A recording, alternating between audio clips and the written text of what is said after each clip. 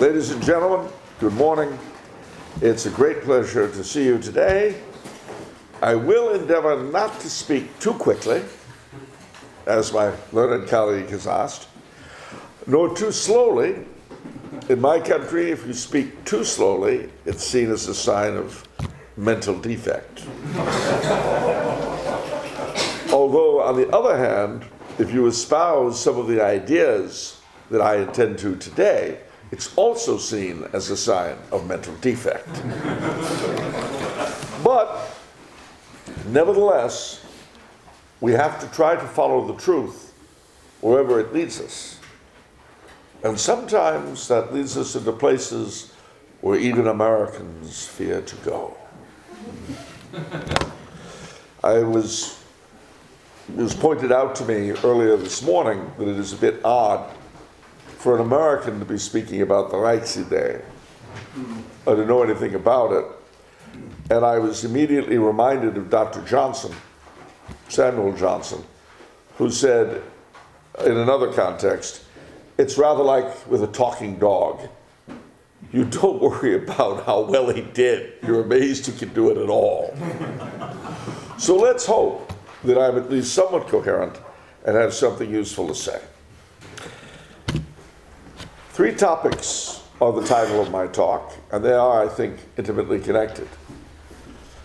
Monarchy, aristocracy, and the Reichsidee.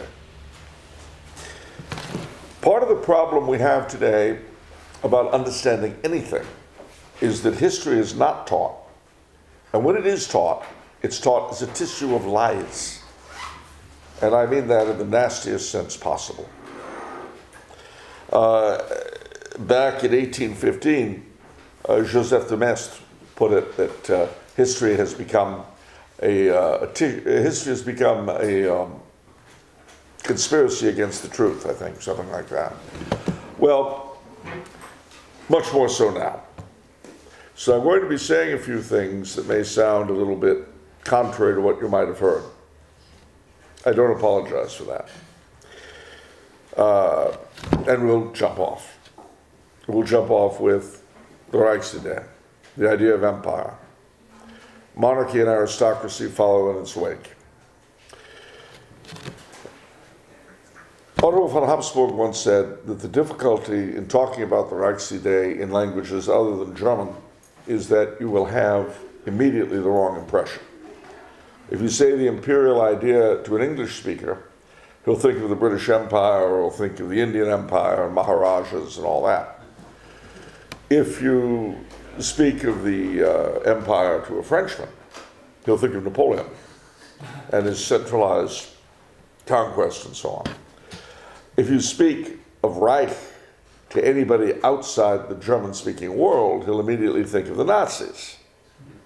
Now, while Karl Renner liked them, most of us don't. Yes, that's my obligatory Karl Renner swipe. I don't apologize for that either. Now, what then was the Reichsidee? Well, it was a combination of 2 things, really. The first was the development of the notion of empire, starting really, you'd have to say, with the Persians, who were the first people to realize, looking at how the Assyrians did things, destroyed everything in their wake, looking at how you could maintain within one polity a number of very differing groups, to a great degree under their own rulers and their own laws. This was the germ of what we call today subsidiarity. And I think you could say it was a Persian discovery. This was improved upon by the Greeks, by Alexander, and then by the pagan Romans. So that's the basic notion of empire that we're dealing with. The other half of it was the Catholic faith. And the Reichsidee, as we know it, although you can, and I think theologically speaking is correct, you can actually trace it to the Last Supper and the union of the communio of the church with the Davidic kingship of Christ. And I don't say that just for theological maunderings. You'll see this cited over and over in writings on the empire subsequently. In its concrete form, it took shape in the year 380 AD.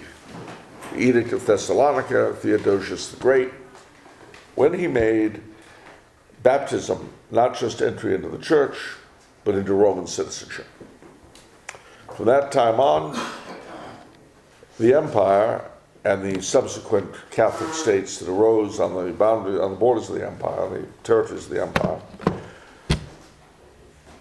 that was one side, you might say, of the res publica Christiana, the Christian body, the church being the other. They're distinct, they're not the same, but they're facets of the same thing. This is a very important thing to bear in mind because the specifics of the Reichsidee changed considerably through history. But the general view, and we have to look at the general view most, because in trying to apply ideas to our own time, we can't get too bogged down in the way things were done in a specific time and place, because it varies always. Nevertheless, the idea of a single, vaguely unified Christian body that, in some sense, temporarily was under the emperor, and definitely religiously was under the Pope, this was what we've come to see as the Reichsidee. It was very decentralized, very diffuse, and yet, and here again, we moderns have difficulty seeing things this way, and yet it was very real. One of the things we have to bear in mind is that when we look back at our ancestors, they did not see things the way we do. And now I've got to touch on something else, another topic before we get to monarchy. And that topic is power versus authority. Does anyone here know the difference? Power and authority, auctoritas and potestas. It's a very important distinction.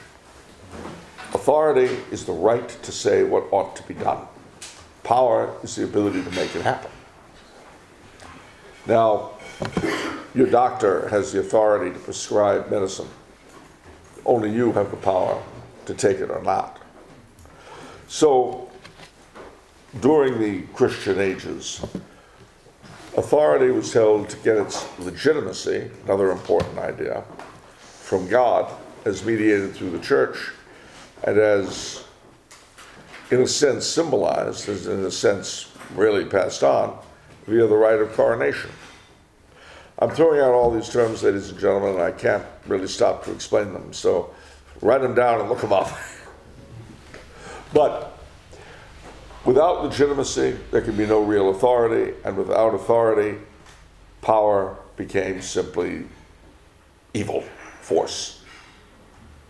That's an important thing to bear in mind. That was the way our ancestors looked at it. On that basis, what they considered government, we would not. Because in those days, authority was concentrated in the church and in the monarchy. Power was diffuse. With us, it's the other way around. Power is concentrated. If you don't believe me, think back to COVID. I like to say that when they had us put our masks on, they took theirs off. But power is concentrated today, and authority is diffuse among the electorate. And where legitimacy comes from, well, it's supposed to be through elections. The problem with that, of course, is that, well, we won't deal with the problem with that. It's a whole other issue. Anyway, having said all of that, yes, there's one other point I have to make, and then we can move on. One of the concepts that was very important to our predecessors was that of the three good kinds of government versus the three bad kinds. And this comes to us from Aristotle originally, and then St. Thomas Aquinas. The three good kinds of government were monarchy, that is to say, government by one man concerned for the common good; aristocracy, ruled by a group of people, again concerned for the common good; and what he called polity, which was ruled by the majority of what we would call stakeholders, veterans, taxpayers, landowners, etc. In other words, people who contributed to the system. Now, both Aristotle and St. Thomas said the best sort of government, and then each of them have an evil shadow: monarchy, dictatorship or tyranny, which was someone who's ruling the show just for his own pleasure. Oligarchy instead of aristocracy, again ruling for themselves. And lastly, democracy or mob rule. Now, the best kind of government, said these authorities, was a mixed government where you had monarchy, aristocracy, and polity all at once. And our medieval forefathers saw this in the sovereign and the estates. They thought that was the best it could be. One thing we moderns have been able to do that they never even suggested was mixed government of the three bad kinds. We've been able to do this, and I think it's quite, nobody's ever pointed this out, but I think it's something. No one ever wrote about it. We were able to combine tyranny, oligarchy, and mob rule. And I think we deserve a round of applause, but anyway, don't feel the need to give it for that. But with all of these things, these ideas floating in the air, monarchies that emerged under during the Middle Ages, the early modern era, Catholic monarchy, Christian monarchy, had what you might call 5 points. One was the altar, the idea that the church gave legitimacy to the government, set the ground rules of society, represented God in everyday life. The throne, which was a monarch who was derived his legitimacy, as we've said, from God and through the church, but had sufficient power to keep his subjects from meeting each other up, keeping the wealthy from oppressing the poor and the poor from looting the wealthy, and keeping foreign enemies at bay.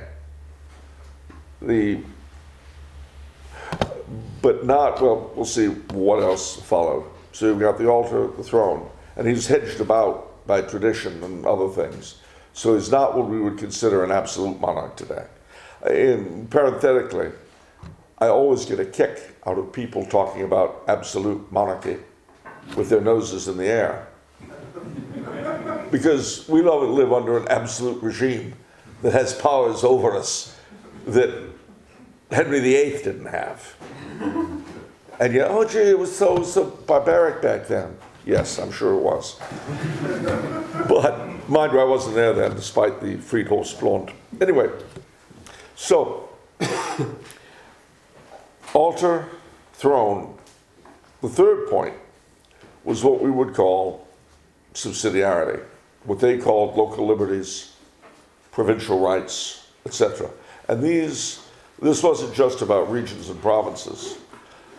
Every town had its own constitution. The lordships that the aristocracy held, each of them had their own customs. It was extremely diverse. One of the great things we talk about today is diversity. Well, we don't know the meaning of the term. They did, and that was subsidiarity. The fourth is what we would today call solidarity. Now, during the 19th and 20th centuries, with the rise of the Industrial Revolution, the classes of developed countries were at each other's throats. This, of course, is always a temptation throughout history. But the idea in Catholic monarchy was that the different classes and conditions of people were all common children of the same father, the same monarch. And they should cooperate together because each of them had an essential role to fulfill. In more modern periods, people tried to define this in the context of the changed conditions. So you talked about distributism and corporatism and guild socialism and solidarism and on and on and on. But they're all basically trying to describe, these sorts of theorists, the same kind of thing, which we would today call solidarity. So those are the 4 points. The fifth takes us back to the Reichsidee. The idea that somehow all the Christian monarchies are part of one res publica Christiana, whose first outward activity, you might say, could be called the First Crusade. That was the first time Christendom ever pulled itself together sufficiently to deal with an external enemy. I was very proud of my brother when he was taking a course in international peacekeeping, because he wanted a thesis that would annoy his professors that they would be unable to shake. And it was the First Crusade as the first example of international peacekeeping. And they were very upset, I don't mind telling you. Well, they were trying to impose a religion. And my brother's response was, well, an ideology. Kind of like the UN in the Congo. You know. So that, he got through it. And his thesis was grudgingly accepted. So, that was Christendom, the Occident, Abendland. Now, to support this superstructure, you needed an aristocracy. You needed a class of people willing to sacrifice themselves sufficiently in some degree to keep the wheels of society going. And now I'm kind of reversing the historical element here, because the aristocracy of Europe, as we know it now, is basically an evolution from the knighthood of Europe. And as we know, that aristocracy began in service. In Germany and Austria, you had the ministeriales, the servants of the emperor. It was the same in the other countries of Europe. Again, the specifics change from place to place, country to country, province to province, but it's vaguely the same thing.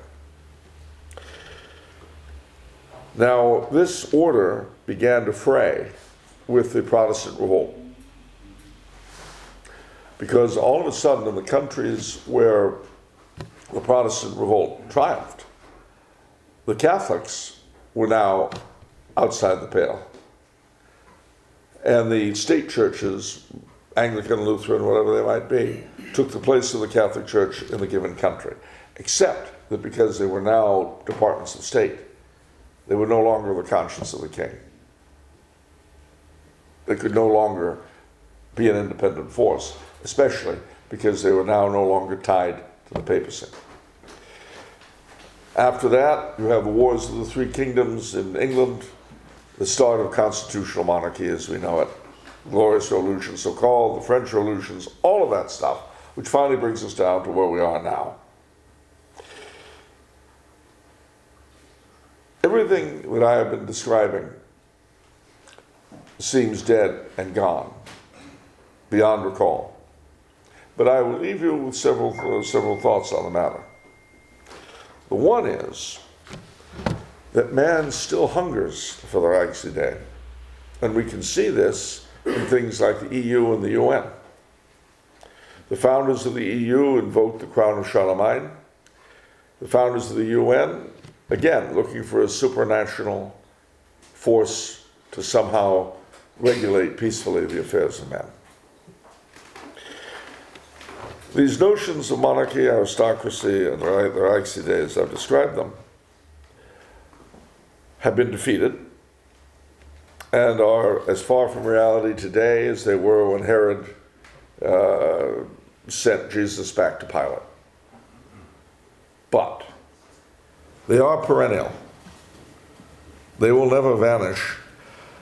And the sooner they revive in some form appropriate to the time, the better off we'll all be. And with that, I thank you.